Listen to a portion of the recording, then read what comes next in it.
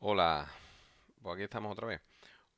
Un nuevo vídeo de repaso sobre una estructura que tarde o temprano siempre aparece en el aprendizaje de cualquier lenguaje de programación, ¿no?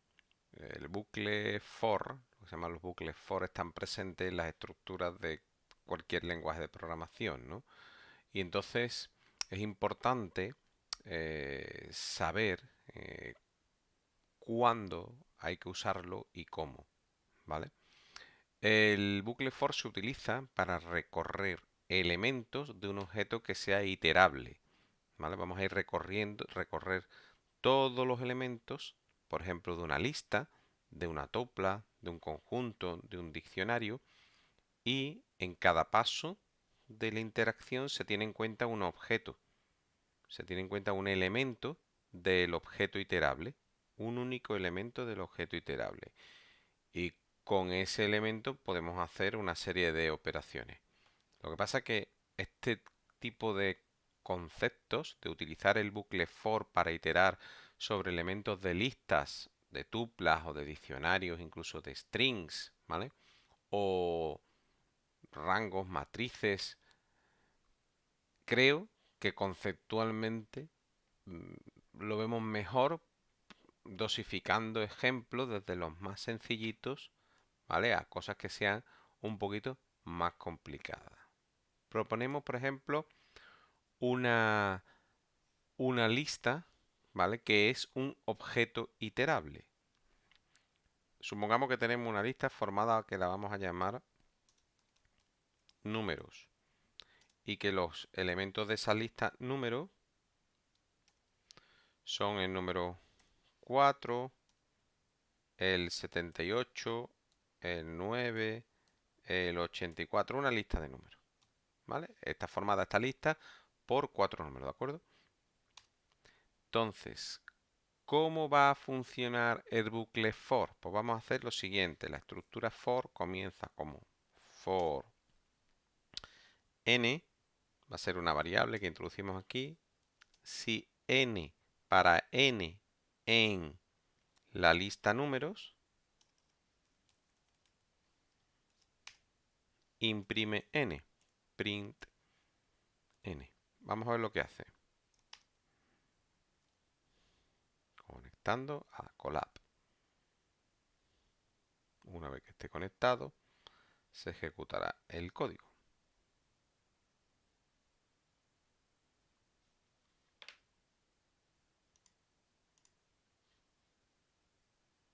Ya hemos conectado y se ha ejecutado el código. Fijaros que lo que ha hecho ha ido imprimiendo para cada elemento del objeto, del objeto lista, que es número, va cogiendo elemento a elemento y lo va imprimiendo. Tengo una lista de números que es un objeto iterable y lo que hace es recorrer esa lista de números. Veamos una situación similar. Si podemos decir para la variable i, por ejemplo, la que quiera, para la variable en un rango, introducimos la función rango, por ejemplo, 5, la función rango 5 es una función que contiene los elementos desde el 0 hasta el 4, ¿vale? Hasta n-1 iría recorriendo. Sería algo es que recorre números enteros empezando por el 0. Vamos a verlo. Creo que es mejor verlo que, que contarlo, ¿no? Para i en el rango 5, imprime a un print de i. ¿Veis? Entonces va imprimiendo el primer elemento que es 0, el segundo elemento que es 1, el segundo elemento y así sucesivamente. ¿Mm? Pero un elemento iterable no tiene por qué ser una simple lista de números o un rango. Un objeto iterable, dicho ante elemento, un objeto iterable puede ser, por ejemplo, un string. Yo puedo decir que palabra igual, vamos a poner una palabra, mm,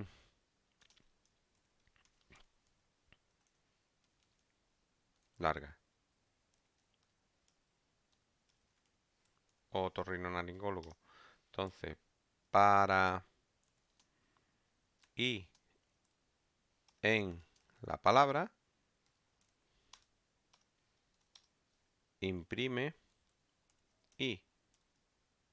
¿Qué va a hacer? ¿En qué va a consistir el bucle for? En barrer del objeto otorrinolaringólogo, que es un objeto string, va a ir barriendo cada elemento que conforma ese objeto, imprimiendo cada uno.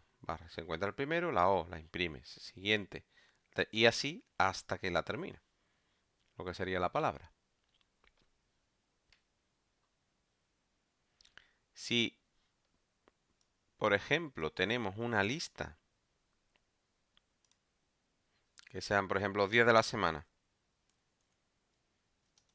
y los días son el lunes,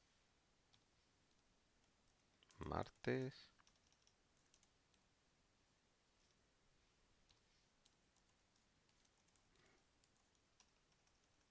miércoles, y así sucesivamente.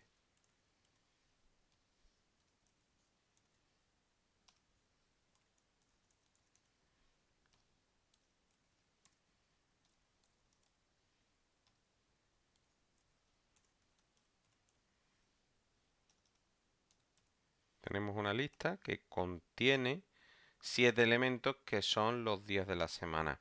Pues para I en días, imprímeme días. De la semana, es decir, imprímeme I, ¿vale? Ahí va. Entonces va recorriendo los diferentes elementos de la lista, empezando por el primero, me encuentro el primero, lo imprimo, vuelta a empezar el bucle, imprimo el segundo, sigo al tercero, sigo al cuarto, instrucción print, for i en día sigue recorriendo, va recorriendo desde principio a fin los diferentes elementos del objeto días, que en este caso es una lista. Si hacemos un for i in range y decimos que vaya desde 0 a 10, esta es otra forma de utilizar range, de 0 a 10, y ponemos un 2,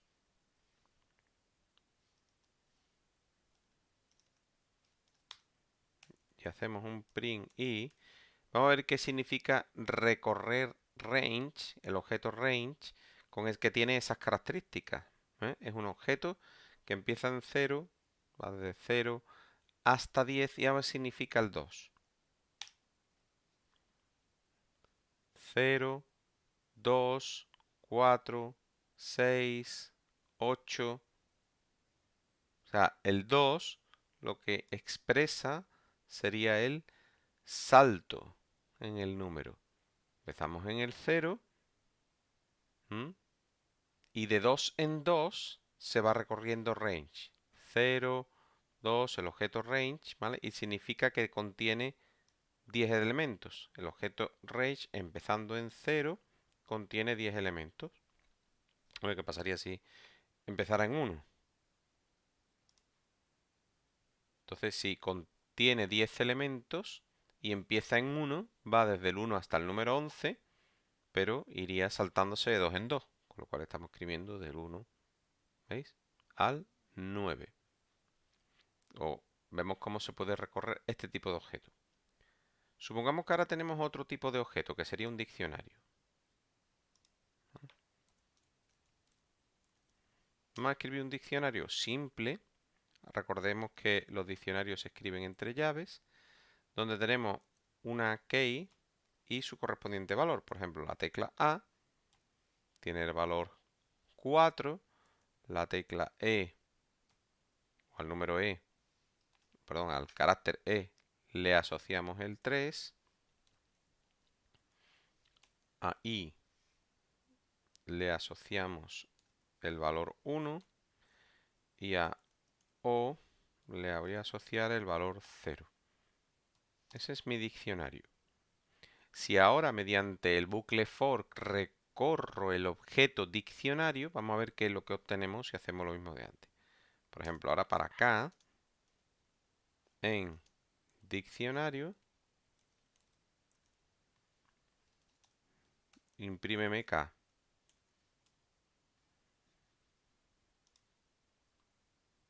Pues lo que hace la instrucción for puesta de esta manera es que recorre diccionario, pero lo que me imprime son las claves del diccionario. La A, la E, la I, la O. Si quisiera recorrer en vez de claves, valores del diccionario para que me imprima los valores, que serían el número 4, el 3, el 1 y el 0, pues recordemos cómo se manejaban los diccionarios. Entonces, recordamos que en un diccionario, lo entre comillas, el A, por ejemplo, en este caso, los que están a la izquierda son las keys, las claves, y los elementos de la derecha, de los dos puntos, serían los valores, ¿no? Entonces, si ponemos values,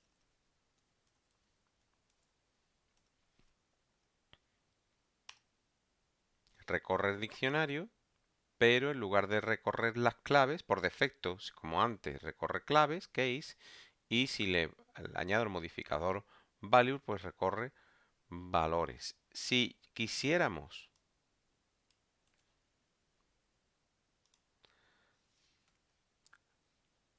que barriera y que printara tanto case como values, utilizaremos item,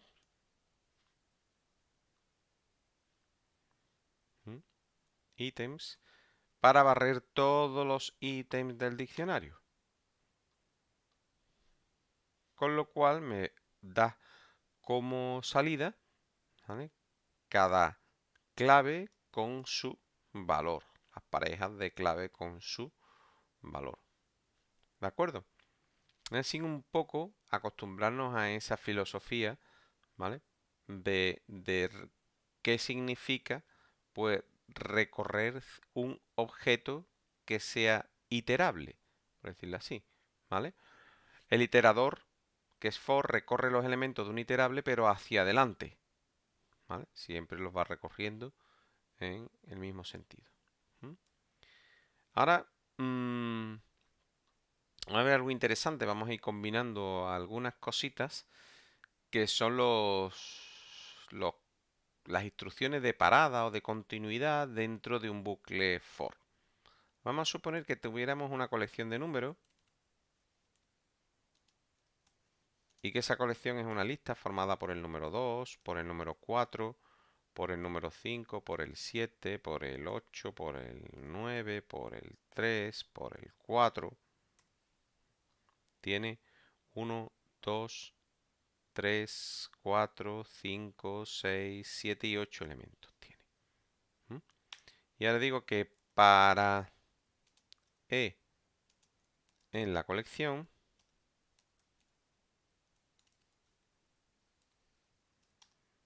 me imprima E.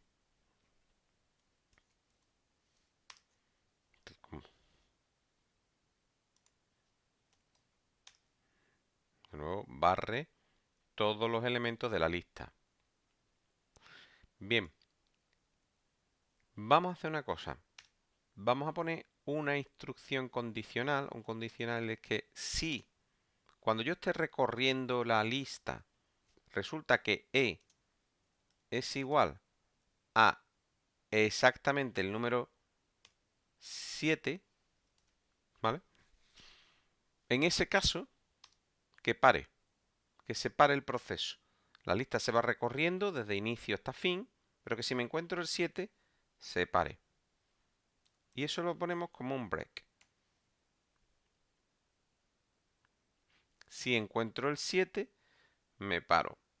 Que no, imprimo. ¿Vale? Ahí va.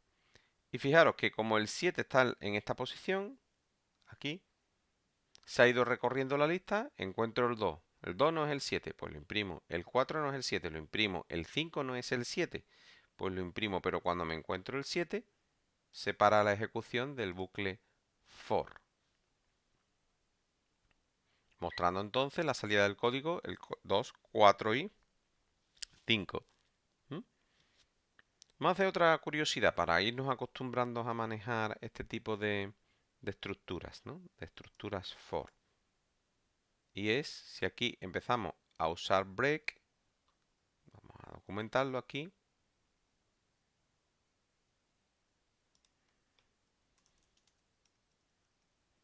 Vamos a ponerlo así, para dejarlo bien documentado.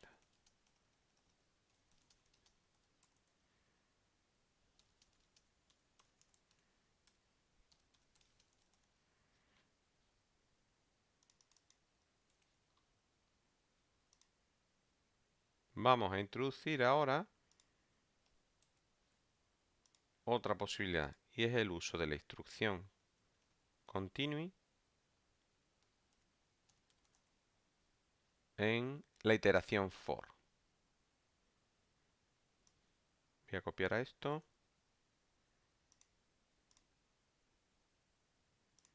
para aprovechar un poquito el código, ¿vale? Y ahora vamos a hacer lo siguiente. La colección es la misma, si esta es la colección, y ahora vamos a hacer lo siguiente. Fijaros que aquí hay números, por ejemplo, que son pares y números que son impares. ¿Qué ocurriría si yo quisiera, o sea, cómo lo haría si solo quisiera imprimir los números pares de una colección? ¿Mm? Si solo quiero imprimir los pares, ¿sí? Yo voy a ir recorriendo mi lista y conforme recorra la lista, si me encuentro con un par, quiero que imprima. ¿De acuerdo?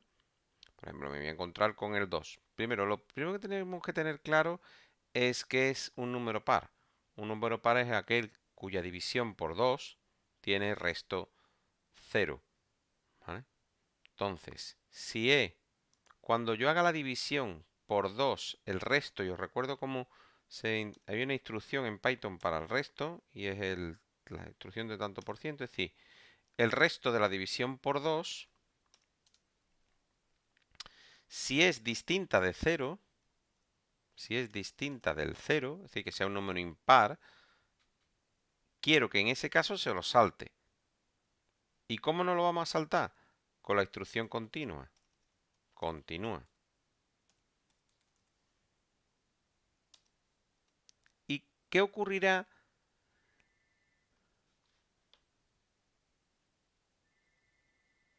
Bueno, llama por teléfono. Vamos a parar un momentito.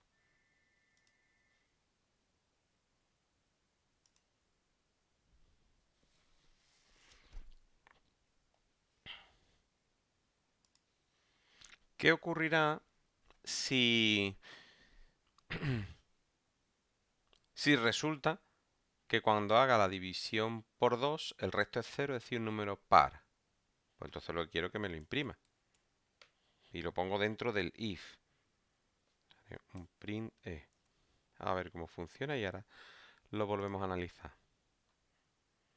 Ha seleccionado los números pares de la lista. Me encuentro con el 2. Para la colección lo recorro. Primer elemento del objeto colección que me encuentro. El 2. Pues si 2 lo divido por 2 y el resto es 0, que efectivamente es 0, ¿vale? En ese caso me lo printea, ¿vale? Porque aquí es si 2, si cuando divida por 2 el resto es distinto de 0, sáltatelo. Continúa, para adelante. Si no, imprimes. El 4, hago la división por 2 y me sale el resto 0. Entonces, en ese caso, imprime. Pero el 5, cuando haga la división por 2 del 5, el resto de esa división es distinto de 0. Entonces, si es distinto de 0, lo que se interpreta es que tengo que continuar. ¿Vale? Si no, ¿vale? Me salgo, fijaros que esto es importante, que me he salido de la indentación. ¿Mm?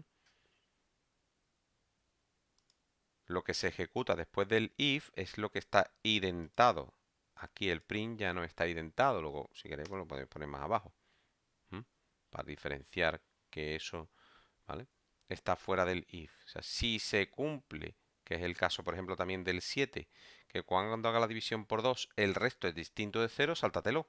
Sigue en el bucle, salta y vuelve al bucle. Si no se cumple eso, no se ejecuta la función continua, continúa y se imprimiría el correspondiente número.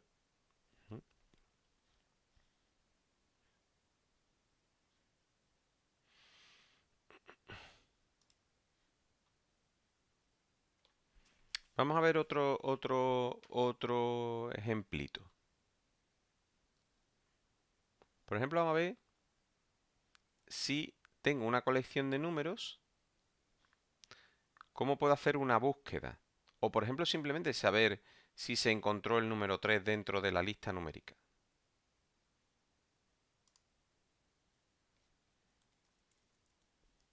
Números igual a el 1, el 2, el 4, el 3, el 5, el 8, el 6, ¿vale?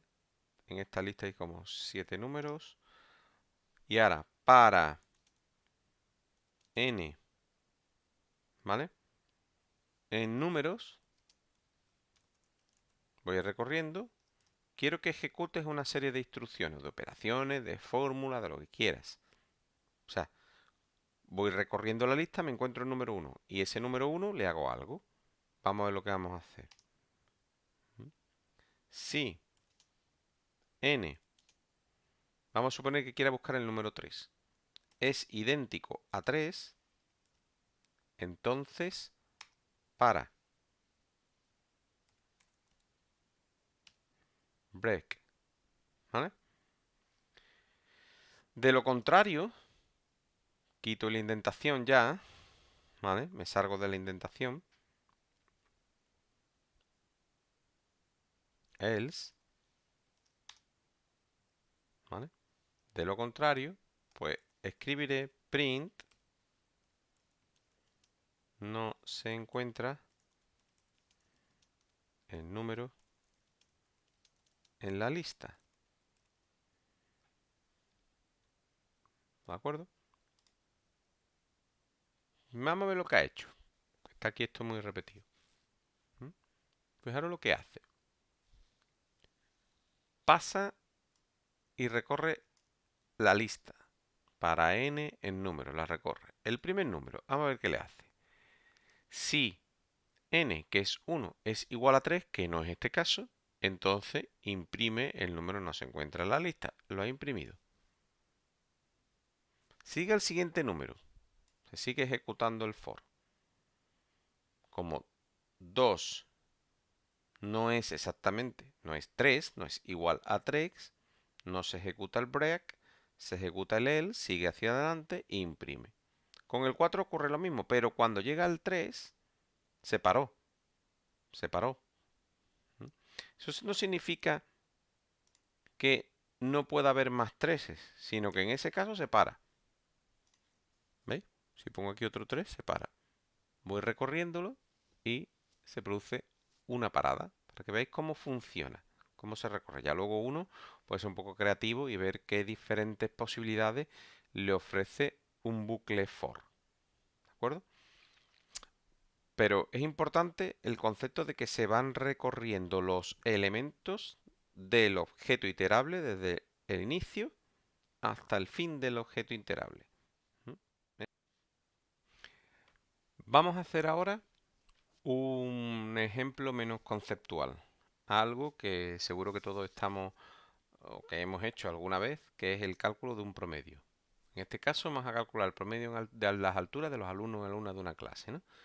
Vamos a suponer que las alturas, tengo aquí una lista ya preparada, he cogido por ejemplo, una clase que tenga, en este caso, 7 alumnos con alturas dadas en centímetros, uno mide 1,55, luego son 155 centímetros, 171 centímetros, ¿no? Entonces, Cuando yo quiero promediar, ¿cómo se hace el promedio? El promedio, pues todo el mundo sabe que se suman todos los valores y se divide por el número de valores que he sumado, ¿no? Pero para poder hacer la suma, si la hago con papel y lápiz, pues yo tengo un papel en blanco que inicialmente no tiene nada. A lo que quiero llegar es que para poder hacer este ejercicio voy a necesitar de un acumulador, algo que me vaya haciendo esa suma conforme yo vaya recorriendo la lista. Por lo tanto, voy a necesitar inicializar una variable, que podemos llamarlo un acumulador de alturas, que inicialmente será 0. Y ahora inicio el bucle para k en la lista de alturas. Quiero que haga lo siguiente, que al acumulador de alturas, que inicialmente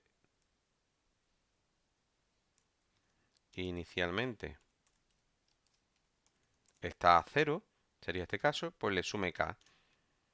El acumulador de altura está a 0, recorro el primer elemento con el for, que es 155, el siguiente, el siguiente, el siguiente y el siguiente. Así hasta que lo recorro entero. Cuando lo recorra entero me salgo del for y le digo que me imprima el acumulador de alturas. Vamos a ver qué sale. Y obtenemos 1106 como resultado.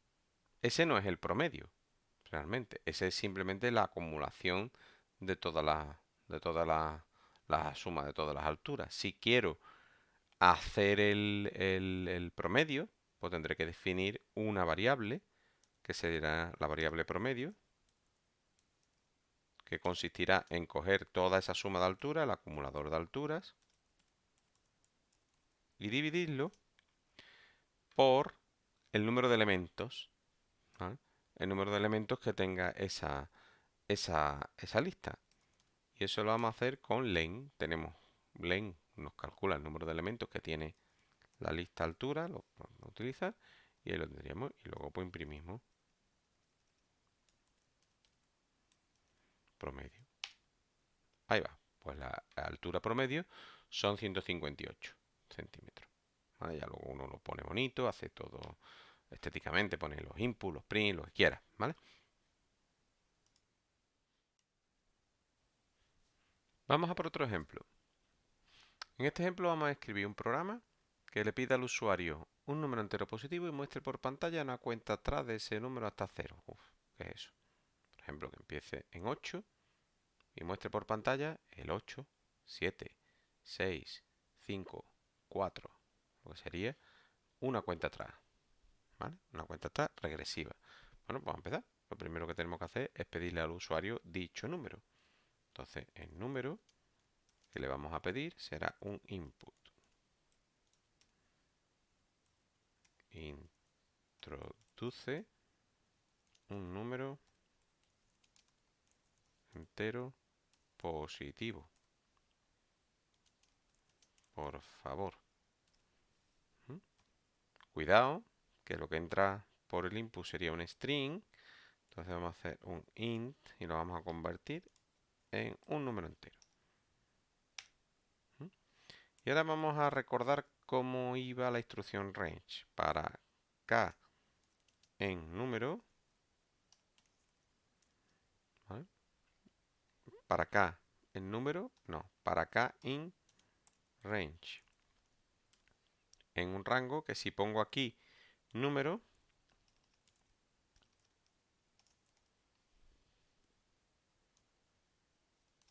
y hago un print k,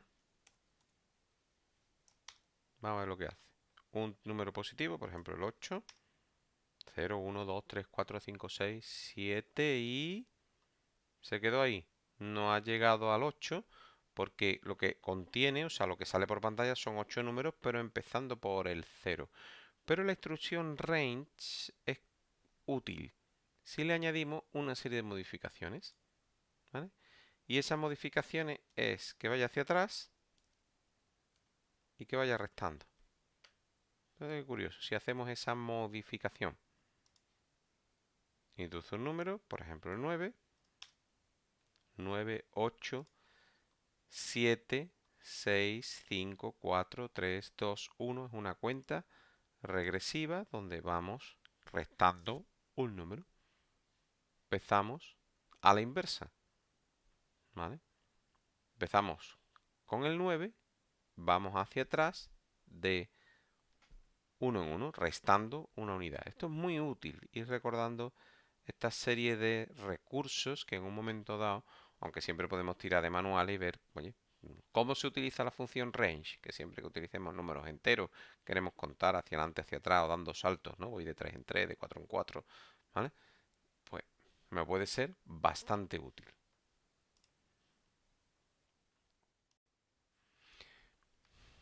Bien, pues vamos a terminar con un ejemplo que de verdad nos va a hacer pensar mucho y a lo mejor explota un poco la cabeza, ¿no? Y es, vamos a implementar un algoritmo que me indique si un número es o no primo. Vamos a empezar. Lo primero que tenemos que tener claro es que es un número primo. Y es que, si hacemos el algoritmo más básico, el que conocemos de primaria, es que un número primo solo tiene dos divisores, el 1 y el propio número, ¿vale? Entonces, lo primero que tenemos que hacer es, bueno, vamos a empezar. Vamos a imprimir, venga, vamos a hacer una presentación. Print. Venga. Este programa te dirá si un número es o no primo. Vamos adelante. Lo primero que tenemos que hacer es preguntarle al usuario el número, ¿no? Entonces, vamos a tener número. Vamos a introducir el número. Vamos a hacer un int input para que sea, asegurarnos que sea un número entero. Vamos a asegurarnos de convertir la entrada string a número entero. Entonces, vamos a decir que escribe, por favor, un número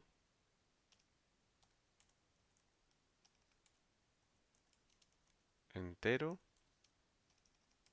mayor que 1. Escríbeme un número entero mayor que 1. ¿Vale? ¿Qué ocurriría si el usuario no? Porque eso también hay que tener en cuenta que para no llevar código de errores, que el usuario no tecleara un número entero mayor que 1, ¿no? Sino que tecleara lo que le da la gana. Pues hay que advertirle, hay que pararlo de alguna manera, ¿vale?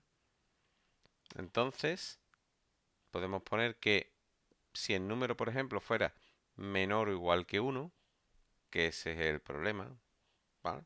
Por ejemplo, que si número fuera menor o igual que la unidad, pues que entonces haga un print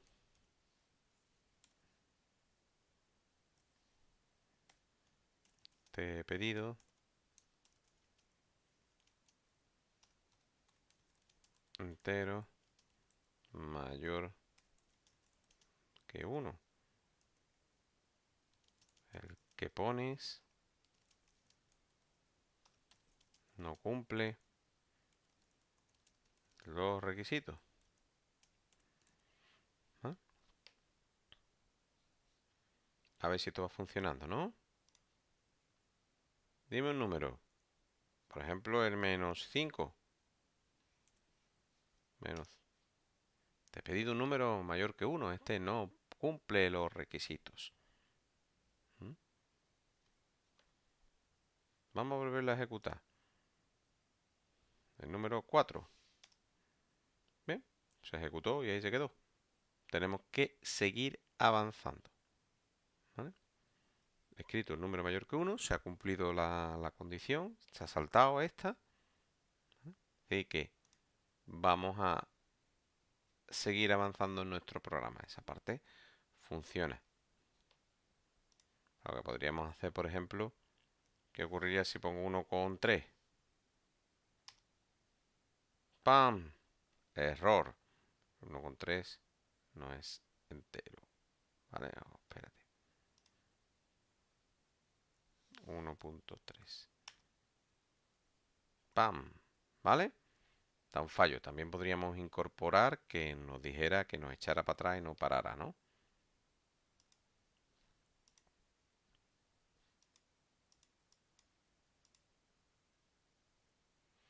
¿Vale? Entonces, si metemos el número 5, si cumple los requisitos, se para y ya está. Si metemos un número decimal, peta el programa, podríamos evitarlo, no nos vamos a ir al grano, ¿no?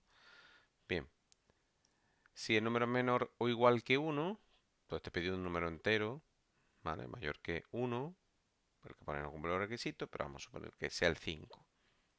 ¿Vale? Si fuera el 5, entonces tengo que seguir. Si no se cumple esa condición, entonces se tiene que cumplir otra tabulada. ¿Vale? Entonces, claro, ahora vamos a ver cómo vemos si el número, ¿vale? Es un número primo. Hemos dicho que el número primo solo tiene dos divisores, el 1 y el propio número, o sea, 2. Dos divisores, 1 y el propio número, ¿vale? Si tuviera tres divisores ya no es primo. Por lo tanto, podemos implementar un contador de divisores, ¿vale? Un contador que se va a empezar a inicializar en 0, ¿vale? O sea, yo quiero saber si el 10 es primo. Pues divido el 10 entre todos los números comprendidos, mayores que, ¿vale? Divido el 10 entre todos los números a partir del 1 hasta el 10. Divido el 10 por 1, pues ya sí, se puede dividir. Divido el 10 por 2, se puede dividir. Ya me ha dado dos divisiones, ¿vale? De restos ceros, se puede dividir por 5, pues ya no es primo. Ya no es primo, ¿vale? Porque vamos a seguir. Entonces, para K en un rango, tengo que ver qué números barro, ¿vale? Y eso también es interesante. Tengo que barrer desde el número 1 hasta número más 1. ¿Mm? Para K el rango desde el número 1 hasta el número más 1. Esto a veces genera confusión. For, ¿vale? Vamos a printar K. Print K. Ejecutamos. Vamos a poner el número 8. ¿Vale?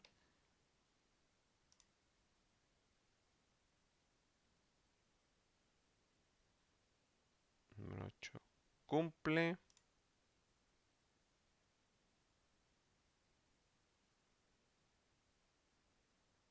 A ver. Perdón. Para K en rango, aquí tengo que poner número. Ahora, ¿no? Número mayor que 1, por ejemplo, meto el número 9. Imprime los números desde el 0 hasta el 8. ¿Vale? Si quiero que me imprima un rango que empieza en el 1, y ahora digo desde 1 hasta número. Por ejemplo, a poner el 9. Pero que escribe 1, 2, 3, empieza en 1, el rango empieza en 1 y llega hasta número. Pero si el número es 9, llega hasta 1 menos, ¿vale? Si yo no pusiera que empiece en 1, empezaría en 0. O sea, si yo quito esto,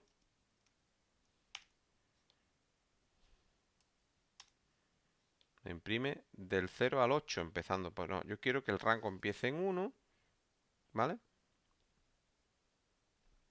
Pero, y llegue hasta número. Pero acordaros de que llega uno menos. Entonces tendré que poner número más 1. Ahí va. De esa manera, si yo meto el número 9, tengo todos los números por los que voy a tener que dividir el 9. Dividir el 9 por 1, dividir el 9 por 2, dividir el 9 por 3, por 4, por 5, por 6, por 7, por 8, por así, sucesivamente. Luego tengo todos los números comprendidos entre el 1 y el número objetivo, que quiero saber si es o no primo. ¿Mm? Bien, ya tenemos ahí un avance. ¿De acuerdo? ¿Qué quiero que haga? Quiero ahora que si, ¿vale? Número dividido, ¿vale? Por, empiezo con el primero, el número que yo tengo, que es el 9, lo divido primero por 1, por 2, por 3. Si el resto de la división entera es igual a 0, es decir, es divisible por ese número, entonces quiero que me hagas un contador, que me cuentes como que he hecho una división.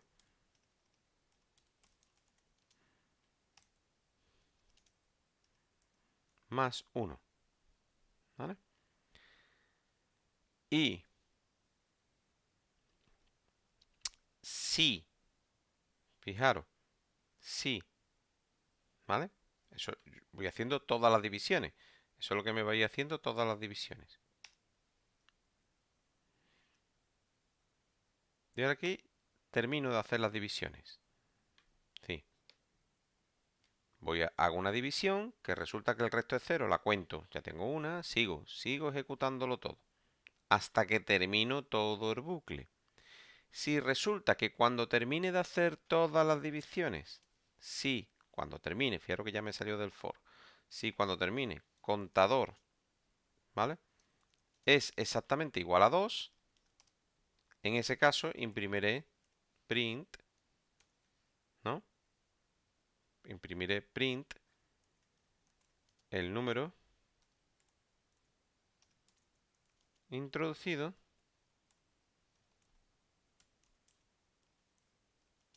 es primo. Si no, si hubiera más divisiones posibles, con restos 0, ¿vale? En ese caso, else, para un print, el número introducido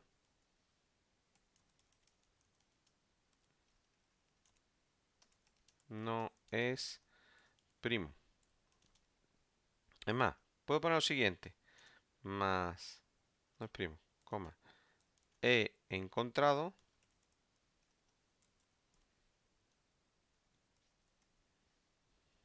más. He encontrado, por ejemplo, un número de divisores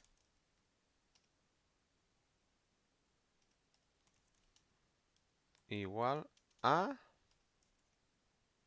más string contador.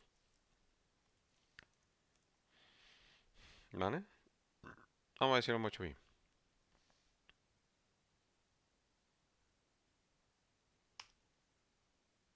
Por ejemplo, el número 10. ¿Vale? El número 10 introducido. Oh, tenemos aquí errores. No es primo. He encontrado un número de divisores igual a 4. ¿Quiénes son? El mismo, el 10, el 5, el 2 y el 1. Pues ahí lo lleva. Vamos a volver a hacer otro. Por ejemplo, el número 625. El número introducido no es primo. He encontrado un número de divisores igual a 5. Vamos a meter 17.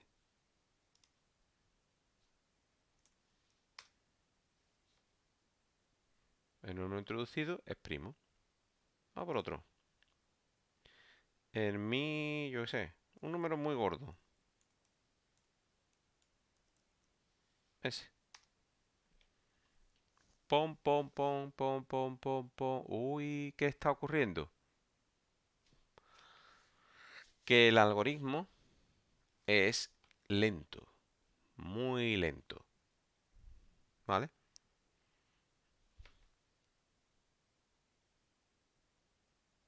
¿Por qué? Porque tiene que hacer todo ese mogollón de divisiones. ¿De acuerdo? Tiene que hacer todo ese mogollón de divisiones. Por lo tanto, si queremos verificar, fijaros que ahí ya se está la cosa liando para saber si es número primo o no primo. Esto ya lleva un ratito.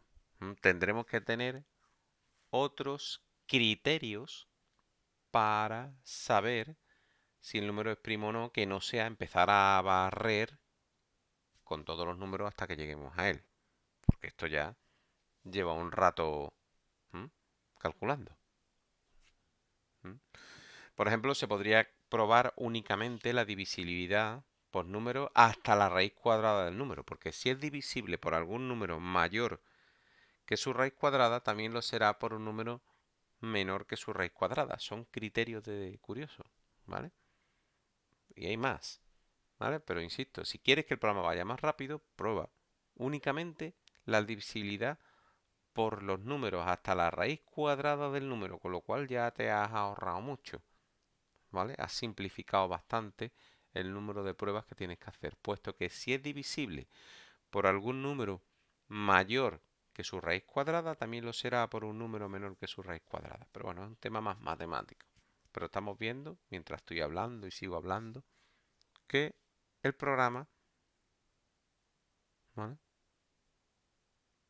lleva ya en ejecución un tiempo más que considerable, solo para saber si el número es o no primo. Y me despido con una reflexión. Los números primos están detrás, grandes números primos, están detrás de lo que hoy en día utilizamos constantemente, que son las claves criptográficas cuando utilizamos transacciones bancarias, cuando hacemos transacciones en Internet. Tenemos claves y esas claves están basadas en números primos. Y este, que tampoco es un número muy grande, pues personalmente no tengo paciencia y voy a parar. ¿De acuerdo? He parado y nos vemos en otro vídeo. Espero que este, de uso del bucle for, pues os haya servido para estos conceptos básicos de uso de for.